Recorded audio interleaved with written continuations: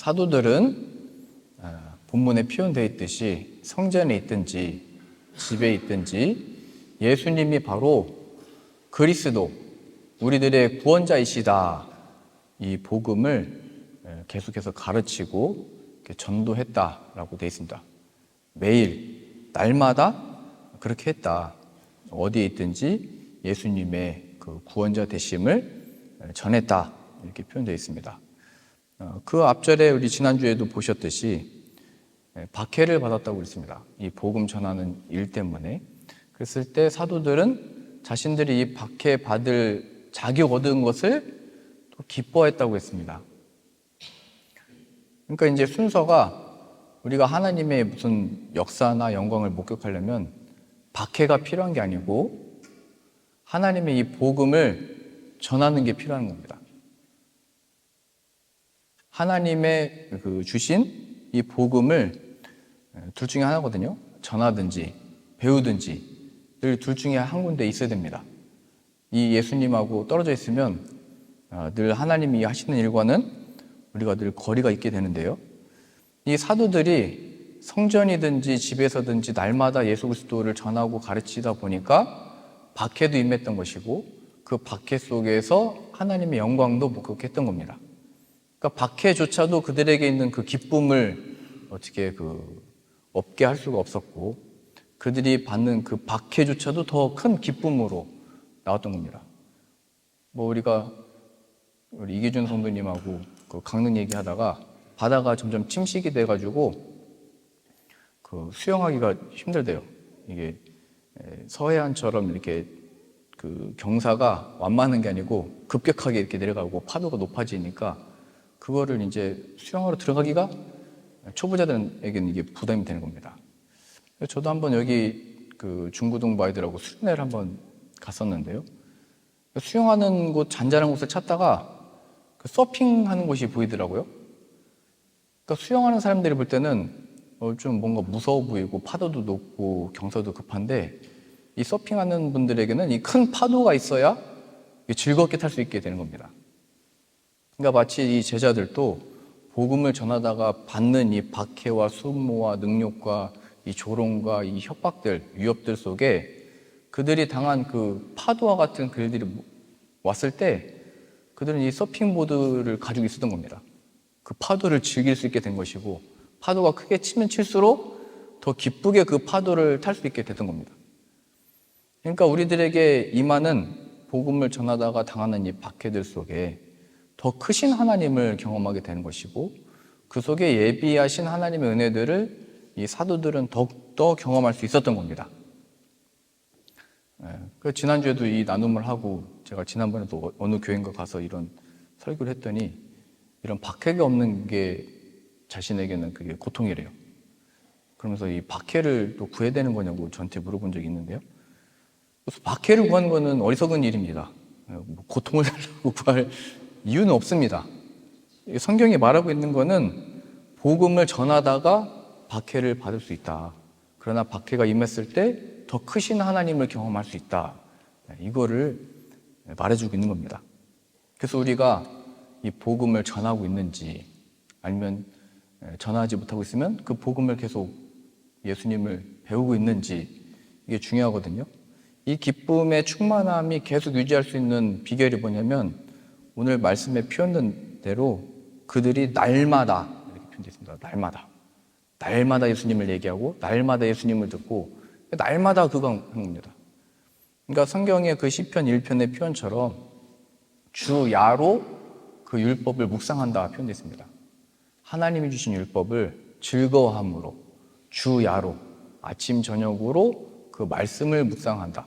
날마다가 중요하다는 거예요. 날마다. 매일의 삶에 그 예수님을 배우고 기억하고 고백하는 것이 굉장히 중요하다는 것을 보여주게 됩니다. 왜냐하면 예수님의 이름에 모든 믿는 자에게 구원을 주신 하나님의 능력이 그 예수님의 이름에 능력이 있기 때문입니다. 제가 전에 그 부교육자로 사역을 할 때요, 한 10명 정도 됐었거든요. 부목사님들하고 전도사님들하고 담임 목사님하고 이렇게 모이면, 그럼 이렇게 매일 아침마다 아침 묵상하고 회의를 합니다.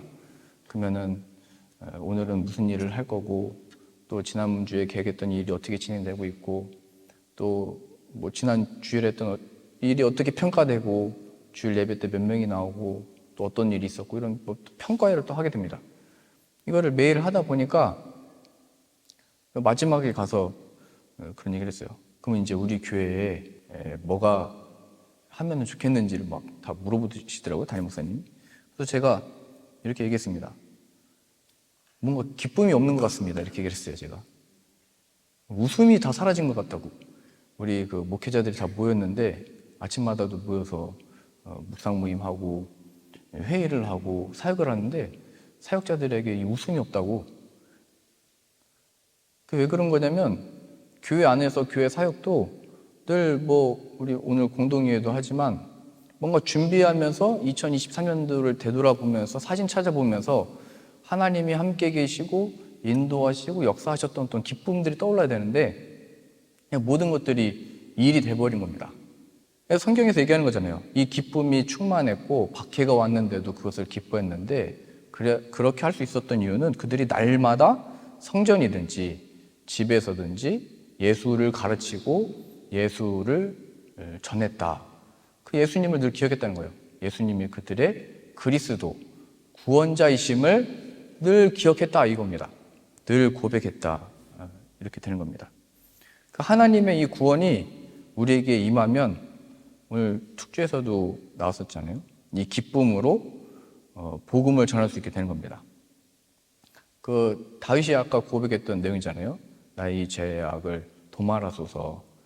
하나님 앞에 범죄한 이후에 하나님 앞에서 그 죄를 고백했던 겁니다. 그리고 그 죄가 깨끗하게 사함 받았을 때 내가 이걸 전하겠다. 하나님이 하시는 일을 전하겠다 이렇게 고백을 하게 되잖아요. 그래서 날마다 주님을 찾는다라고 하는 것은 내 죄가 뭔지를 알아야 되고, 그러니까 하나님 없이 행한 거죠. 남의 남자의 아내를 빼앗고 살인하고 하나님 앞에 그 찔림이 있어야 되는 겁니다.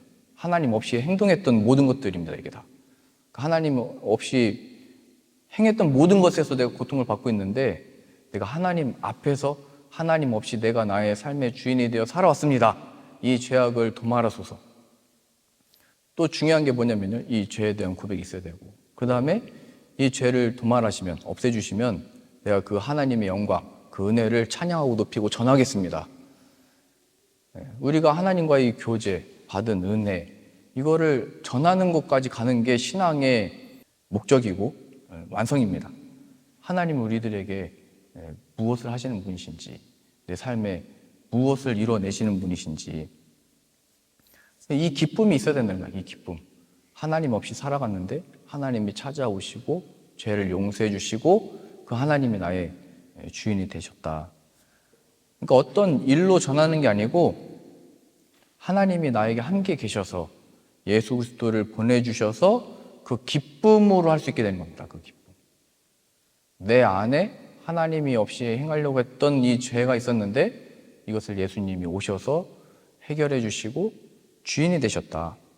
그 사도들이 늘 전에는 우리가 로마를 무찌르고 힘을 가지고 능력을 가진 것으로 전도를 하고 싶었는데 그렇게 하지 않잖아요. 이제는 로마가 더 커지든지 예루살렘이 어떤 상황에 처하든지 이제 그건 하나님의 뜻에 맡기게 됐고 오직 예수 그리스도가 그의 그리스도 되심으로 인해서 그 기쁨으로 계속 전도할 수 있었던 겁니다.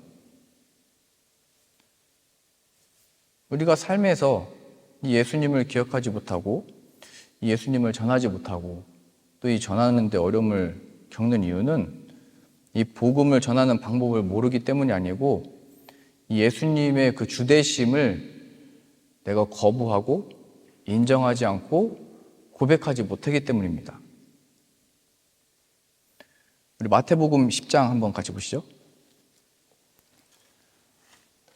마태복음 10장 27절입니다. 예수님께서 제자들을 둘씩 짝지어서 전도를 보내실 때 하나님 나라를 전하고 복음을 전하라 이렇게 보내실 때 이런 말씀을 제자들에게 가르치십니다. 27절입니다.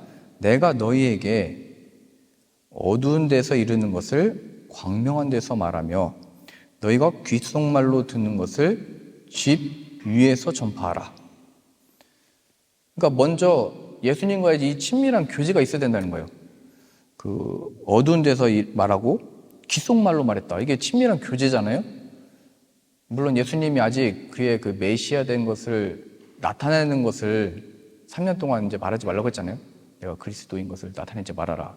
병난 것을 말하지 말아라. 근데 제자들에게는 계속 3년 동안 하나님의 아들 되심과 그의 메시아 되심을 계속 가르치시고 계속 나타내셨습니다. 내가 하나님이고 나를 본 자가 하나님을 본 것이다. 그러니까 이제는 내가 너희들을 전도를 보내는데 어두운 데서 이르는 것을 광명한 데서 말하고 내가 너에게 귓속말로 했던 것을 이제는 집 위에 올라가서 너희가 선포해라.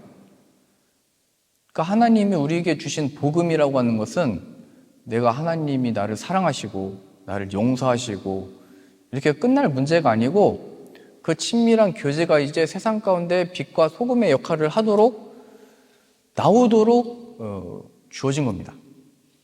이게 같이 있어야 된다는 거예요. 먼저는 하나님과의 이 교제, 내 죄를 용서해 주신 것, 나의 예수님이 주인 되신 것, 그에 따라서 이제 또 그 하나님의 행하신 일을 선포하는 자로 밝은 데서 해라. 이제 어둠에서 숨어다니면서 하지 말고 다 알아듣게 해라 이 얘기입니다.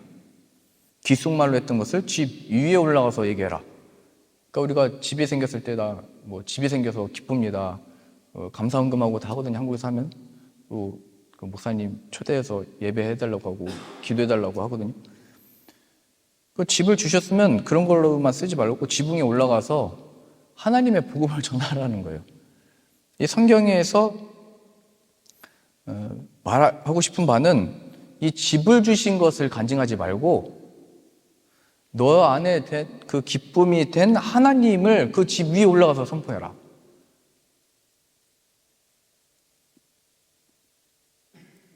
다시 말하면은 예수님하고 나하고 그 친밀하고 또 은밀한 그 교제가 사실은 내 죄에 대한 문제가 해결받는 거잖아요. 내가 하나님 없이 내가 나의 주인이 되어 살아갔던 그것들을 사람들한테는 말을 잘 못하잖아요. 창피해서 말 못하기도 하고 내 죄악과 이 내 속마음을 다 말할 수가 없잖아요. 근데 예수님이 그걸 오셔서 다 해결해 주셨다. 예수님은 우리의 어둠을 다 몰아내고 빛으로 이끄신다. 그 예수님 안에서 나는 이 빛의 자녀로 하나님의 이 영광의 자녀로 부름을 받았다. 하나님은 하실 수 있다. 나와 같은 죄인도 살리셨고 하나님의 자녀 삼으셨으면 못할 일이 없으시다 하고 밝은 데서 그거 숨기지 말고 감추지 말고 또 높은 데 올라가서 얘기하라는 거예요. 그러니까 이거는 이 기쁨을 받은 자만이 할 수 있는 것입니다. 29절입니다. 마태복음 10장 29절이요. 참새 2마리가 한 아사리온에 팔리지 않느냐? 너희 아버지께서 허락하지 아니하시면 그 하나도 땅에 떨어지지 아니하리라. 너에게는 머리털까지 다 세신 바 되었나니 두려워하지 말라. 너희는 많은 참새보다 귀하니라. 누구든지 사람 앞에서 나를 시인하면 나도 하늘에 계신 내 아버지 앞에서 그를 시인할 것이요 누구든지 사람 앞에서 나를 부인하면 나도 하늘에 계신 내 아버지 앞에서 그를 부인하리라. 예수님과 하나님과의 그 교제가 뭐 1대1 관계 뭐 이런 교제 이렇게 얘기하잖아요. 그럼 그 교제가 이루어졌을 때 우리가 사는 삶은 밝은 곳, 밝은 곳이라는 것은 사람들이 있는 곳을 말하는 거죠. 또 지붕에 올라간다는 것은 뭔가 주목을 받는다는 얘기입니다. 그럼 그랬을 때 이 복음을 우리가 선포하고 하나님이 나의 주인이시고 예수님이 나를 살리셨고 예수님이 나의 구원자시다 이런 고백을 했을 때 사람들이 여기 나온 대로 박해하고 욕하고 그게 뭐냐 얘기하고 그걸 두려워하지 말아라 이렇게 얘기했던 겁니다. 더 중요한 문제가 뭐냐면 누구든지 사람 앞에서 여기 나와있잖아요. 사람 앞에서 광명한 데가 뭔지 집 위에 올라가 산다는 게 뭔지 그 사람 앞에 있을 때 나를 시인하면 나도 하늘에 계신 아버지 앞에서 내가 너희를 시인하겠다. 내 사람이다라고 내가 얘기하겠다. 너희도 사람 앞에서 나를 고백하지 않고 너희를 나타내고자 하면 나도 너희를 모른다고 하겠다. 아버지한테. 무서운 말씀입니다. 그러니까 예수 그리스도가 우리의 삶에 역사하고 나타나기를 원하잖아요. 하나님 영광이 나타나길 원하잖아요. 그러면은 이 시인과 이 고백이 예수님과의 친밀한 교제 속에 있다가 사람들 앞에 서게 됐을 때 나타나야 되는 겁니다. 그냥 이 집 사게 된 거, 뭐 건물 얻게 된 거, 무슨 복 받은 거 이걸 나타내려고 주신 게 아니고 하나님과의 그 은밀한 교제, 하나님과의 그 친밀한 교제가 사람들 앞에서 내 이 집 때문에 어떤 성공 때문에 나에게 주목했던 사람들에게 예수님을 시인하래요. 예수님을 고백하래요. 그러면 예수님도 하나님께 우리들을 고백해서 예수님이 그때 역사하시고 나타나는 겁니다. 그때 누군가가 우리를 욕할지 박해할지 위협할지 그게 뭐냐라고 조롱할지는 그거 두려워하지 말래요. 그렇게 사람의 칭찬받고 끝낼 거면은 예수님도 누구든지 사람 앞에서 나를 부인하면 나도 하늘에 계신 내 아버지 앞에서 너를 부인할 거다. 그러니까 예수님의 주되심의 그 고백이 있어야 된다는 거예요. 믿는 자들에게. 그러니까 먼저 내가 매일의 삶에서 날마다 예수 그리스도를 배우고 있는지 아니면 예수 그리스도를 전하고 있는지 예수님이 나의 주되신 것을 인식하고 기억하고 살아가고 있는지 그 예수님이 나의 주인이십니다. 이 고백이 있는지를 고백을 하고 점검을 하고 사람들 앞에 있을 때 이제 그게 실제로 이제 그게 실천이죠. 그게 삶인 것이고 그게 적용되는 겁니다. 나에게는 이게 진짜인데 사람들 앞에 섰을 때 감추게 되잖아요. 내가 너희에게 어두운 데서 이르는 것을 광명한 데서 말하며 너희가 귓속말로 듣는 것을 집 위에서 전파하라. 사람들 앞에서 그 인정과 칭찬을 얻기 위해서 사람들 앞에 서기 원하지 않냐. 그 자리를 내가 허락할 테니까 나를 나타내라. 그래서 아까 특주 때 다윗도 그 고백을 한 겁니다. 내 이 죄를 도말해 주시면 내가 그 하나님을 선포하겠습니다. 나타내겠습니다. 이러한 의미에서 이 복음 전도, 예수님의 주되심을 증거하고 나타나는 일에 우리에게 필요한 것은 하나님의 이 구원이 우리가 홀로 서 있고 내가 이루어야 된다라고 하는 그 모든 삶의 순간들마다 그 하나님의 구원이 임해야 되는 겁니다. 예수 그리스도의 주되심이 고백되어져야 되는 겁니다. 내가 먼저 그 예수님이 나의 삶의 주인이라는 것을 아침에 눈 뜨면서 고백을 해야 되는 겁니다. 그러면 어떤 일이 일어나는 거냐면요. 아까 예수님도 하나님 앞에 내가 너를 시인하고 고백하겠다 하셨잖아요. 그때 바로 예수님이 우리의 주인이 되셔서 내가 가진 지혜와 능력을 넘어선 하나님의 영광이 임해버리는 것이고 하나님의 그 놀라운 역사가 일어나기 시작하는 겁니다. 그 모세로 보자면 살인을 저지르고 광야로 도망가 버리잖아요. 그 광야에서 40년을 지내다가 하나님이 찾아오셔서 하나님의 뜻을 그에게 밝혀내십니다. 그러니까 모세야, 이제는 너가 너의 주인이 돼서 여기까지 왔는데 내가 이제 너의 주인이 되겠다. 내 말씀을 가지고 가라 말씀하시는 거죠. 이런 의미에서 구원을 설명할 때 그거는 내가 하나님 없이 잘해보려고 했다가 넘어져 버린 거잖아요. 하나님 없이 내가 뭔가 해보려고 했다가 살인이 일어나 버린 거잖아요. 그렇게 하려고 했다가 광야에서 40년 동안 세상식으로 얘기하면 썩고 있었던 거잖아요. 그 40년이 지나고 난 다음에 하나님이 찾아오셔서 80세가 됐을 때 이제 부르시고 사용하시는 겁니다. 내가 이제 너의 주인이다. 그러니까 40살, 지금 딱 제 나이거든요. 40이 됐을 때 그가 바로의 아들이었잖아요. 아들.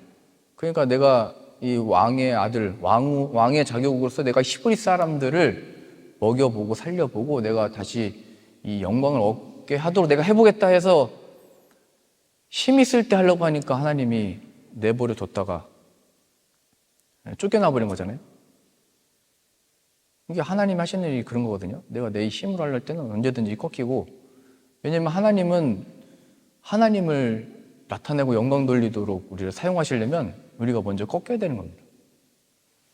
그래서 모세가 내가 힘 있을 때 좀 해주시죠. 내가 힘 있을 때 좀 내가 왕의 그 아들이라고 하는 이 직함이 있을 때 좀 역사하시지 했는데 거기서 바로 도망가 버린 겁니다. 바로가 모세를 죽이려고 하니까요. 도망간 그 자리에서 하나님이 부르시잖아요. 80세가 됐을 때, 힘이 더 없을 때, 이제 80세가 돼서 뭘 할 수 있나 생각하고 있을 때 하나님이 말씀을 주셔가지고 모세가 혼자 생각하기에는 어마어마한 계획을 알려주신 거죠. 출애굽, 내 백성을 이끌어라. 그러니까 내가 이제 혼자서 여기 숨는 곳에서 들키지 않고 어떻게 이제 살까 생각하는 그 자리에 하나님이 오셔서 주인이 되시는 겁니다. 그래서 이제 그 말씀을 따라가는 거죠. 하나님이 나의 주인이 맞고 내가 이 말씀을 따라가는 것이 삶이 맞습니다. 그래서 하나님이 만들어내시는 것은 순종하는 모세, 순종하는 이스라엘. 그래서 이걸 나중에 광야교회라고 하거든요. 사람들이 보기에는 광야가 무슨 하나님의 복이냐 얘기하지만 이스라엘 백성들이 그때만큼 순수하던 시절이 없더라. 하나님께 순종하더라. 그들이 바로 거룩한 하나님의 성전이 됐던 겁니다. 광야교회, 광야에서 하나님의 성전이 됐다. 그 다윗도 마찬가지잖아요. 그 사무엘이 하나님의 그 보내심을 받아서 내가 세울 자에게 가서 기름을 부어라. 그랬더니 그 이세 아들들에게 가가지고 아들들 좀 보여줘봐라. 그랬더니 한 명씩 쭉쭉 나올 때 다윗은 막내여가지고 저기 그 양을 치고 있었습니다. 보여주지도 않았죠. 그랬더니 사무엘이 하나님한테 첫째 아들 보고 오 마음에 듭니다. 둘째 아들 보고 오 마음에 듭니다. 얘기했더니 하나님이 아니다. 그 아들은 아니다. 했다가 나중에 다 보여줬는데 안 나오니까 사무엘이 이새한테 다른 아들은 없느냐 했더니 저기 양치는 내 아들이 있다 했더니 데리고 와서 보여줬죠 그때. 그래서 그때 사람들로 보면 말하자면 주목하지도 않고 그 아버지도 뭐 얘가 뭐 하겠나 그렇게 봤던 겁니다. 근데 하나님의 눈에 들어온 그 다윗이 이 사무엘을 통해서 그때 기름 부음을 받아가지고 너의 주인은 나다. 이게 구원이라는 거예요.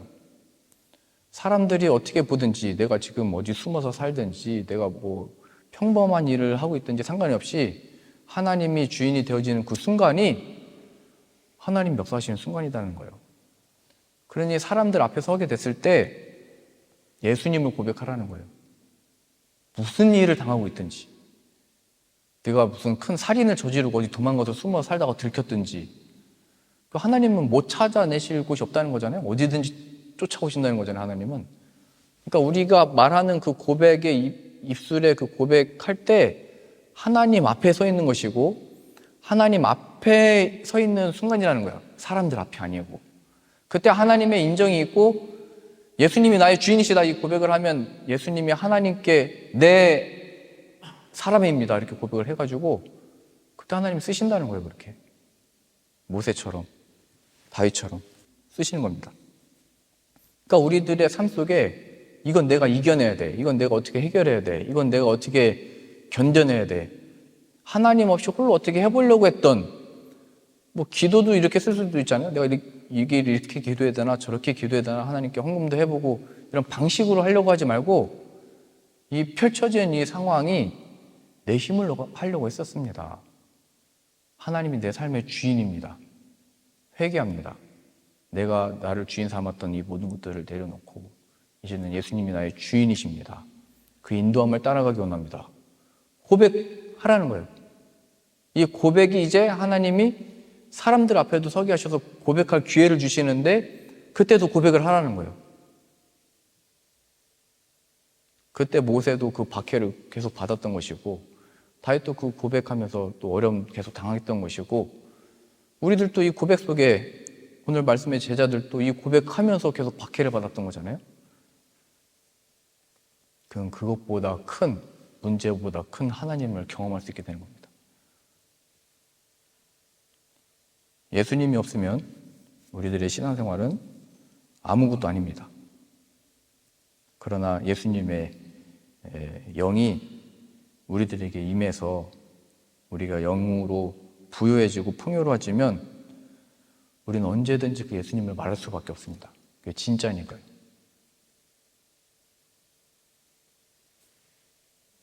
우리가 그 영국에서 그 경험했던 것도 그 순간순간에 하나님의 그 계획과 인도하심의 역사를 발견했던 거잖아요. 이번에 네덜란드 갔을 때도 영국에서의 일어났었던 일들은 우리 이따 영상 같이 보시겠지만 잊어버리고 그 순간에 함께 하셨던 그 하나님을 이제 붙들어야 되는 겁니다. 그럼 또 네덜란드에서는 네덜란드에서 역사하시는 하나님을 또 경험하고 그 하나님을 고백할 수 있게 되고 하나님이 우리들을 이제 우리가 시인하고 고백할 때 그때 그 역사가 일어나는 겁니다. 우리가 이걸 어디에서 언제 어떻게 해야 되나 이건 이제 하나님께 속한 문제고 우리들은 오늘도 이게 찬양 인도하실 때 우리 찬양단들 보면 항상 제가 놀랐거든요. 여기 사람 200명은 꽉 찰 수 있는데 여기 사람이 별로 없는데도 다 꽉 찬 것처럼 막 찬양을 여기 인도하잖아요, 여기서. 이거는 대단한 은사입니다. 쉬운 게 아니에요. 설교자도 여기 사람들이 꽉 차야 뭔가 힘이 나거든요. 근데 없는 데서 하나님이 그 하나님과 충분한 이 교제 있는지 없는지 테스트 받는 느낌이 항상 들어요, 매주. 근데 하나님이 이것을 통해서 내 앞에 있는 너 나를 섬기고 나를 경배하고 나를 예배하러 온 거지 않느냐. 네, 그러다가 우리가 이제 사람들 이제 앞에 서게 되잖아요. 영국에서 그렇게 영국 사람들 성도들 만났듯이 이제 네덜란드에서 성도들 만날 때 또 우리들에게 주어지는 그 사역들 앞에 서게 됐을 때 하나님이 우리의 주인이십니다. 예수님이 부활하셨기 때문에 우리 죄를 대신해서 친히 고난 받으시고 죽으셨고 부활하셨기 때문에 우리가 이렇게 만날 수 있게 된 겁니다. 그럼 우리가 가게 되는 곳이 바로 거룩한 성전이 되는 것이고 하나님의 영광이 임하게 되는 것입니다. 그래서 우리들에게 주어지는 모든 일들 가운데 예수님의 주 되신 것으로 인하여 참된 위로와 소망을 얻고 또 즐거워하고 기뻐하십시오. 하나님이 예수 그리스도 안에서 우리들에게 영혼을 살려내시고 또 뜻하시는 길로 인도하실 겁니다. 아무 걱정하지 마시고 예수님의 이름이 정말 나의 그리스도시요 메시아며 구원자십니다. 예수님이 나의 주인이니 뜻대로 인도하여 주옵소서. 또 구하는 저 여러분들 다 되실 수 있기를 바랍니다.